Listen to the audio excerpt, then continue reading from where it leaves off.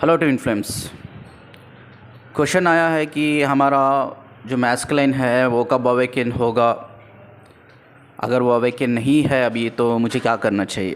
ठीक है, ये क्वेश्चन का आंसर देने से पहले सिर्फ एक दो दिन पहले मैंने एक काउंसलिंग कॉल लिया है। काउंसलिंग कॉल आपके साथ मैं डिस्कस करता हूँ, तो इस काउंसलिंग कॉल से बहुत से क्लैरिटी मिलेगी। एक कॉल आया, एक फेमिनिन है, डिवाइन फेमिनिन है। उनका जो एज है 65 ईयर्स है, 65 ईयर्स एज है और 45 ईयर्स से वो ट्विन फ्लेम जर्नी में है। एक छोटी सी स्टोरी है उनकी। जब वो 18 ईयर्स की थी और उनका जो 25 ईयर्स का था जो मैस्कुलिन, तो ये दोनों प्यार करते थे उस टाइम पे और उनको पता नहीं था कि भाई ये ट्विन फ्लेम्स है या कोई स्पिरिचुअल जर्नी में है या सोल पार्टनर है करके। मैं हमेशा कहता हूँ कि जो डिवाइन यूनियन होता है it's a part of soul contract. इसका मतलब ये नहीं है कि it's a part of soul contract तो 100% हमारा इस दुनिया में आने के बाद यूनियन होगा करके। इन केस अगर मेरी फेमिनाइन का सोल डिज़ायर है भाई हमें यूनियन में रहना है 3D वर्ल्ड में, तो जब कॉन्ट्रैक्ट लिखा जाएगा तो मैं और मेरी जो फेमिनिन है पहली चीज़ हम यही चुनेंगे कि हमारा यूनियन हो। तो हमने यूनियन चुन ली है, तो हम धरती पे आ गए हैं, तो क्या हमारा 100% यूनियन हो जाएगा? नहीं होगा, क्योंकि ये दुनिया बहुत अलग है और स्पिरिचुअलिटी की जो दुनिया है, जो खुदा की दुनिया है, वो बहुत अलग है। ठीक है, अगर मैं मेरी फेमिनाइन सोल कॉन्ट्रैक्ट में डिवाइन यूनियन पूछ के आए हैं तो हम लोगों को ये एक अपॉर्चुनिटी नहीं 100 अपॉर्चुनिटी मिलेगी, लेकिन we have to prepare for it. Prepare का मतलब इधर क्या होता है, मुझे अपने जो इंटरनल फियर्स होते हैं सोसाइटी को लेकर, इंटरनल इनसिक्योरिटीज़ होती है 3D प्रॉब्लम्स को लेकर, ठीक है, तो इससे बाहर निकलना है। अब ये स्टोरी में वो लड़का जब 25 ईयर्स का था और ये लड़की 18 ईयर्स की थी, ये दोनों प्यार करते थे, तो इनका सोल कॉन्ट्रैक्ट लिखा हुआ है। ये मैं किस बेस पे बोल रहा हूँ आपको बताता हूँ। इनका सोल कॉन्ट्रैक्ट लिखा हुआ है कि इस धरती पे जाने के बाद सोल कॉन्ट्रैक्ट, यानी कि सोल कॉन्ट्रैक्ट में लिखा हुआ है इस धरती पे जाने के बाद आपका यूनियन होगा। ठीक है, इसीलिए वो बंदा जब 25 ईयर्स का था डायरेक्टली वो लड़की के घर आ गया। यानी कि ये स्टोरी उनकी बोल रहा हूँ जिनका मैंने काउंसलिंग कॉल लिया है। और वो लड़की एक कंजर्वेटिव फैमिली में है और वो अपने पिताजी से बहुत डरती है। ऐसा कहो कि डरती थी, ये बहुत पुरानी बात है, स्टोरी में शेयर कर रहा हूँ। तो बंदा आया, उसके पिताजी को बोला भाई मैं आपकी लड़की से प्यार करता हूँ, मैं शादी करना चाहता हूँ। पिताजी ने लड़की को बुलाया कि भाई एक लड़का आया है, बहुत दबंगगिरी से बोल रहा है कि यार वो तुमसे प्यार करता है, वो तुमसे शादी करना चाहता है, क्या तुम इसको जानती हो? तो लड़की बहुत डरी हुई थी। ये उनकी स्टोरी है, जो लेडी जो काउंसलिंग कॉल में दे रहा हूँ। वो लड़की इतनी डरी हुई थी 18 साल की उम्र में, उसने ये बोल दिया कि ये लड़की को मैं जानती नहीं हूँ, ये पता नहीं कौन है, प्यार करना तो बड़ी दूर की बात है। और उस लड़की के बाप ने उस लड़के को इतना बेइज्जत करके घर से निकाल दिया और वो बेइज्जती उसको इतना डेप्थ एक ट्रॉमा बन गई, वो बेइज्जती को आज तक भुला नहीं पाया। यानी कि उस बेइज्जती को आज तक हील नहीं कर पाया है।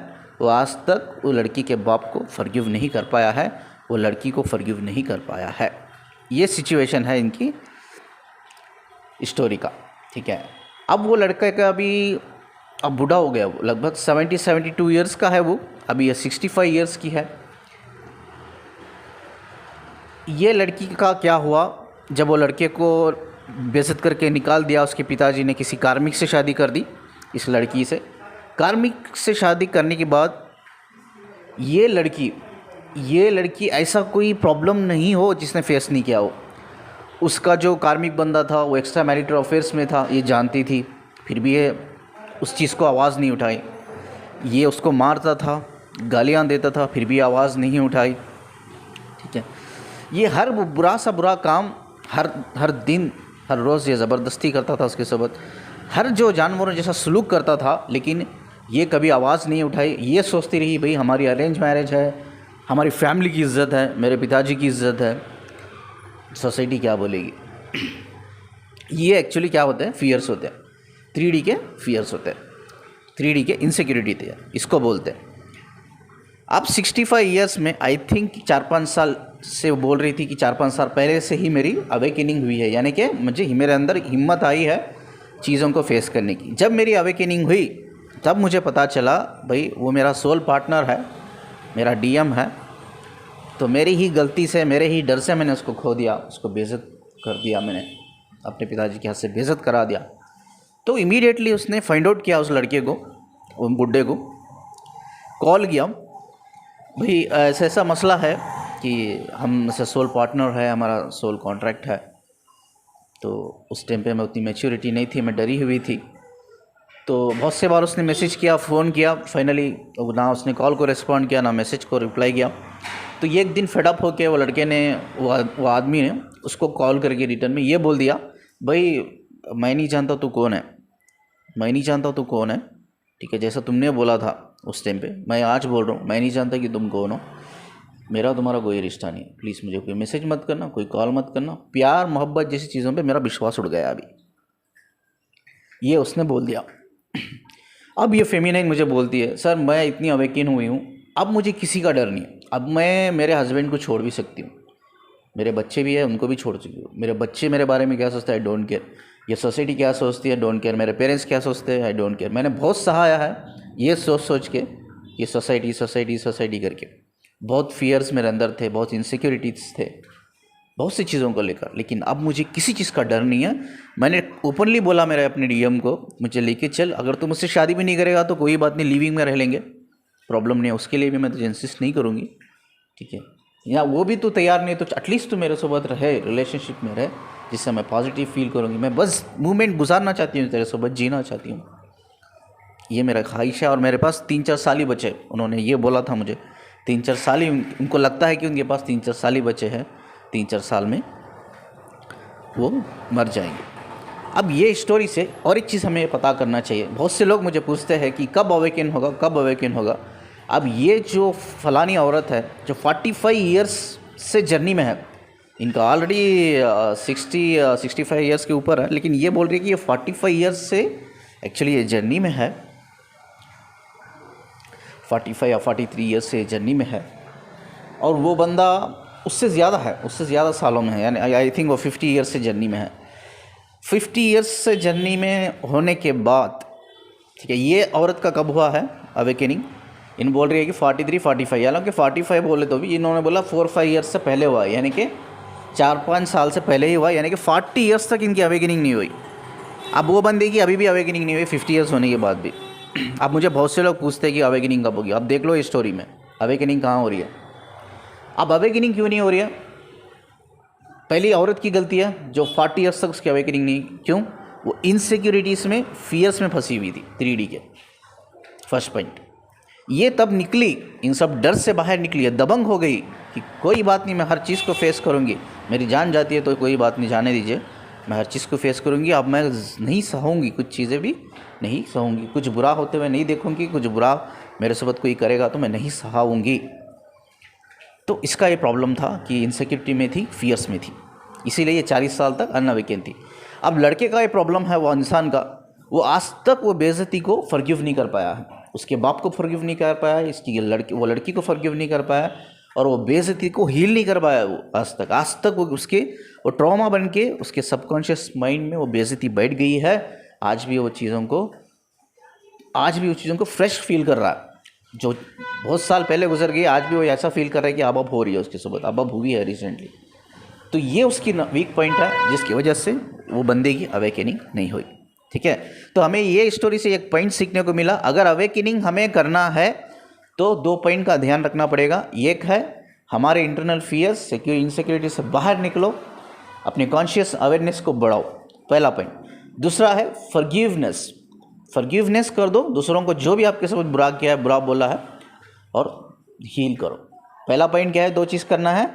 पहला है कि अपने इंटरनल फियर से, इनसिक्योरिटी से बाहर निकलो, वो जो भी जितने भी बड़े होंगे बाहर निकलो, ठीक है, दबंगगिरी लाओ अपने अंदर, यार जो भी होगा देखेंगे, फेस करेंगे, ठीक है। तो कॉन्शियसनेस को बढ़ाओ, उसके बाद अवेयरनेस को बढ़ाओ। पहला ये करो। दूसरा, आपको अगर अवेकन होना है तो दूसरा आपको क्या करना है, आपको फॉरगिव करना है और आपको हील करना ज़रूरी है। ठीक है, तभी आप अवेकन होंगे। चलिए, ये एक स्टोरी थी, तो मैंने ये भी बता दिया सोल कॉन्ट्रैक्ट में मेरी डीएफ का यूनियन है, तो इसका मतलब ये नहीं कि 100% होगा, इसके लिए मुझे प्रिपेयर रहना पड़ेगा। अपॉर्चुनिटी मिलेगी, अगर कॉन्ट्रैक्ट में यूनियन है तो अपॉर्चुनिटी एक नहीं 100 मिलेगी। तब तक मैं प्रिपेयर नहीं करूँगा, तब तक वो अपॉर्चुनिटी को मैं यूटिलाइज नहीं करूँगा। आई होप कि आप आंसर कर दिया। अवेकनिंग कब तक हो सकती है? अवेकनिंग का कोई टाइम नहीं है।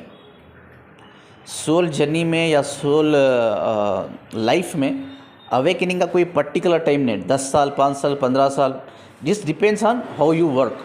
अब कितना जल्दी आप फॉल्स इल्यूशन से बाहर आते हो, फॉल्स सोशल कंडीशनिंग से बाहर आते हो, रिलीजियस कंडीशनिंग से बाहर आते हो, आपके इंटरनल फियर से, इनसिक्योरिटी से बाहर आते हो। आपके अंदर जब एक फ़ैसला लेने की, एक सही की और आगे बढ़ने की, गलत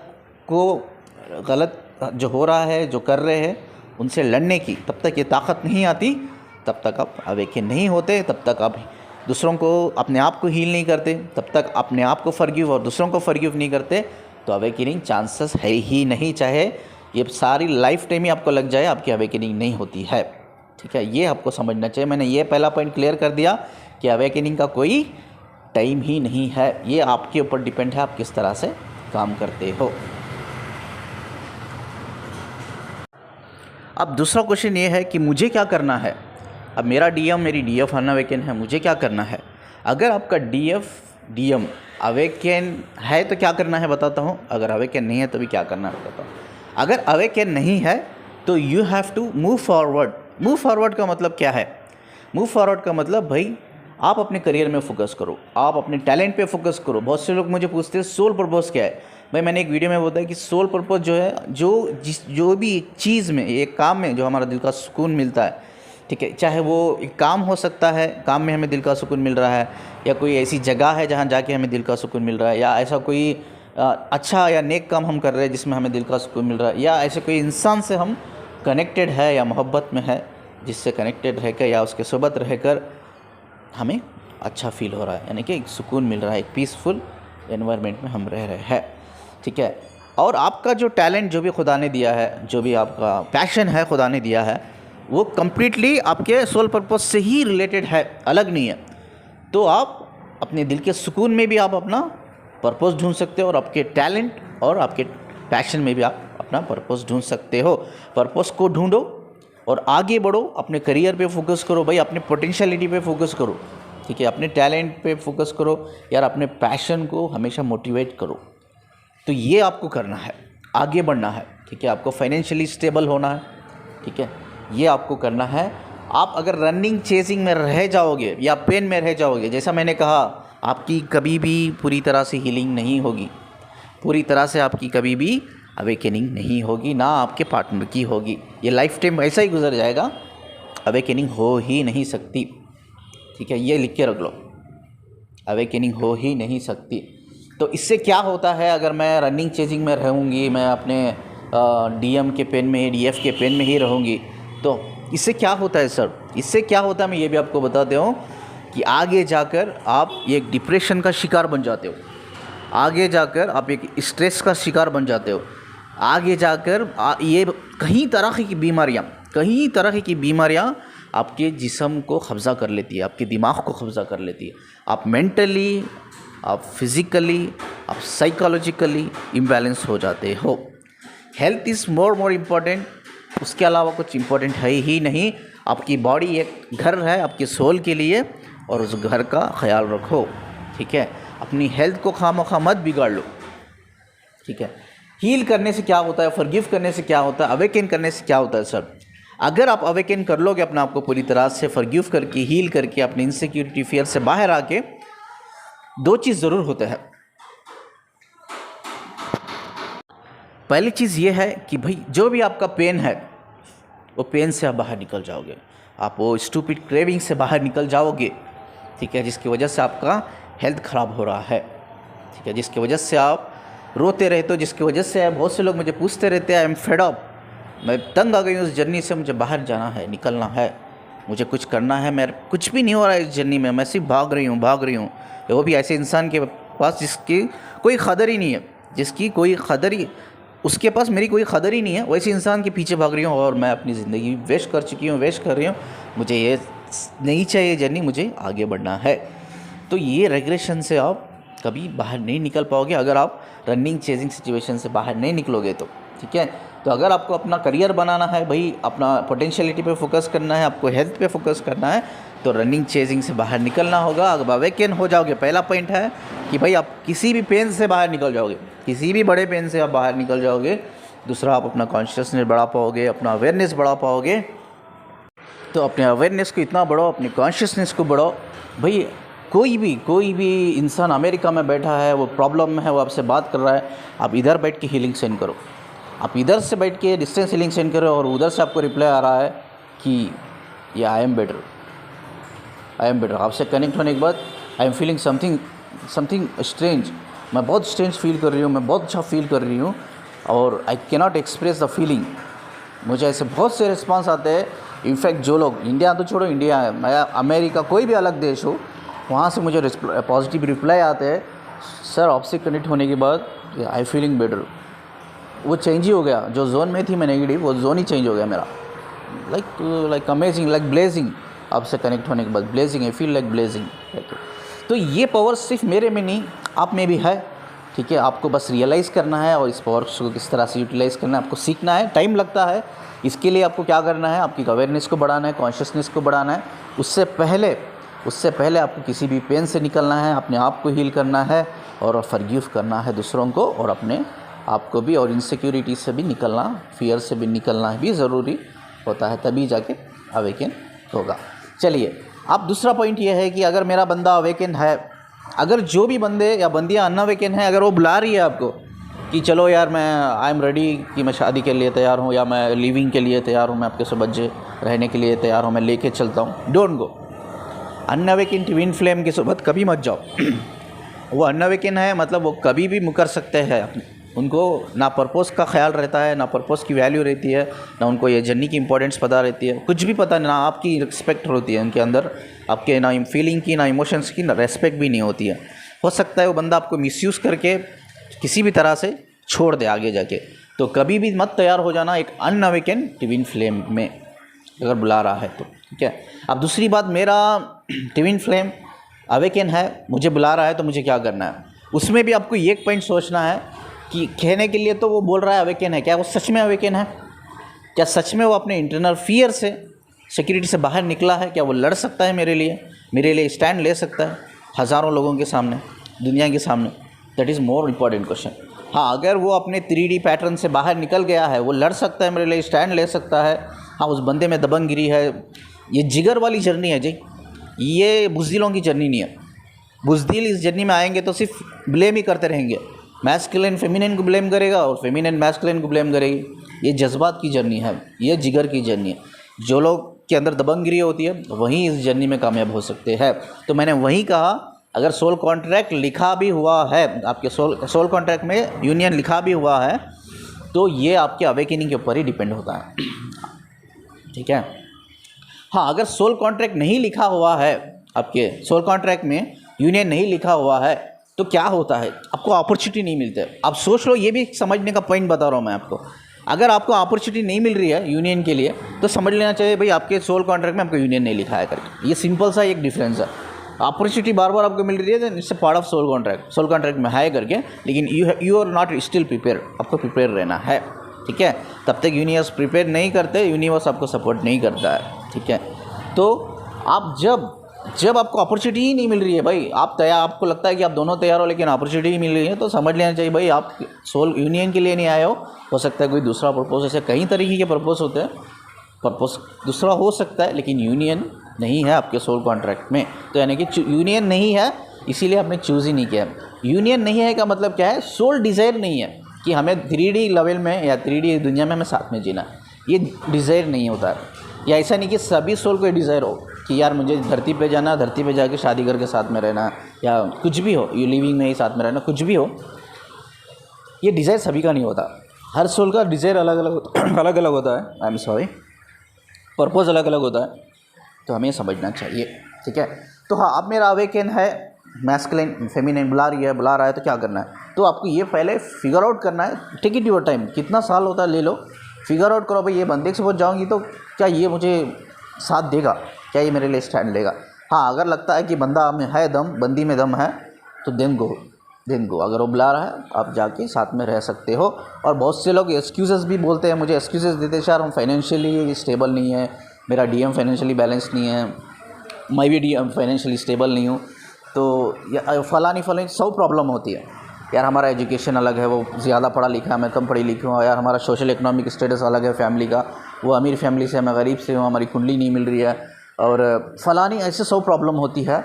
तो मैं एक चीज़ बताता हूँ, काउंसलिंग कॉल की एक्सपीरियंस के बेस के ऊपर बहुत से ऐसे भी दबंगगिरी लोग हैं, तो 100 प्रॉब्लम रहने के बावजूद भी, फाइनेंशियल प्रॉब्लम रहने के बावजूद भी उन्होंने क्या किया, उन्होंने यूनियन को चूज़ किया, साथ में रहे वो।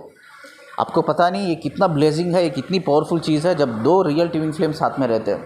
अगर सोचो आपके लाइफ में 100 प्रॉब्लम है, आप इग्नोर कर रहे हो उस प्रॉब्लम को, कोई बात नहीं यार, देख लेंगे क्या होता है, तकलीफ़ थोड़ी होती है तो उठा लेंगे, लेकिन वी विल फेस इट, हम लड़ेंगे, ठीक है, हम लड़ेंगे। अगर ये एटीट्यूड जिसमें होता है, जो लोग साथ में रहते हैं, जो रियल ट्विन फ्लेम है, जो साथ में रहते हैं एक दूसरे के साथ, you can not believe it, मैं ये काउंसलिंग कॉल्स के एक्सपीरियंस पे बोल रहा हूँ। वही लोग मुझे आज फ़ोन करके बोलते हैं, आपने मुझे बोला था कि डरो मत, आगे बढ़ो, हमने डरा नहीं, आगे बढ़ा, 100 प्रॉब्लम्स थे, लेकिन आज वो 100 प्रॉब्लम में एक प्रॉब्लम भी नहीं है हमारा।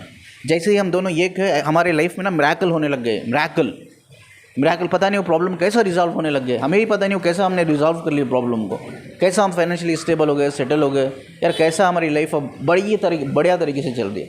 तो इसके लिए मोर इम्पॉर्टेंट है कि यार 100 प्रॉब्लम्स होंगे तो प्रॉब्लम्स को मत डरो, ये सब 3D पैटर्न की इनसिक्योरिटी फियर्स है, इन सब से बाहर निकलना है, आगे बढ़ो। अगर रियल ट्विन फ्लेम हो, आप दोनों एक दूसरे से ऑनेस्ट हो, जर्नी से ऑनेस्ट हो, आप एक दूसरे की इमोशन फीलिंग से कदर करते हो, आपकी रिलेशनशिप की अगर वो वैल्यू करते हो आप, तो आगे बढ़ो, साथ में रहो, 100 प्रॉब्लम्स भी झटके में रिजॉल्व हो जाएंगे। हो सकता है 1-2 साल आपको प्रॉब्लम होगी, बट ये नहीं हो ऐसा लगेगा कि बात भाई कहाँ थे प्रॉब्लम करके, कहाँ थे प्रॉब्लम। तो एक्चुअली पावरफुल बहुत जर्नी है, और ये इंटेंसिटी ऑफ कनेक्शन बड़ा स्ट्रांग होता है, इससे कुछ भी मिरेकल्स हो सकते हैं, कुछ भी मिरेकल्स हो सकता है। आई होप कि I answered your question. Video थोड़ा बड़ा चल गया, इसके अलावा अगर कुछ हो तो कमेंट्स में पूछिए, और काउंसलिंग चाहते हैं तो मेल कीजिए। और बस मैं इतना ही कहूँगा कि यार शेयर कीजिए जितना हो सके वीडियोस को, और लोगों तक एक सही विजडम जानी चाहिए। शुक्रिया जी मुझे सुनने के लिए।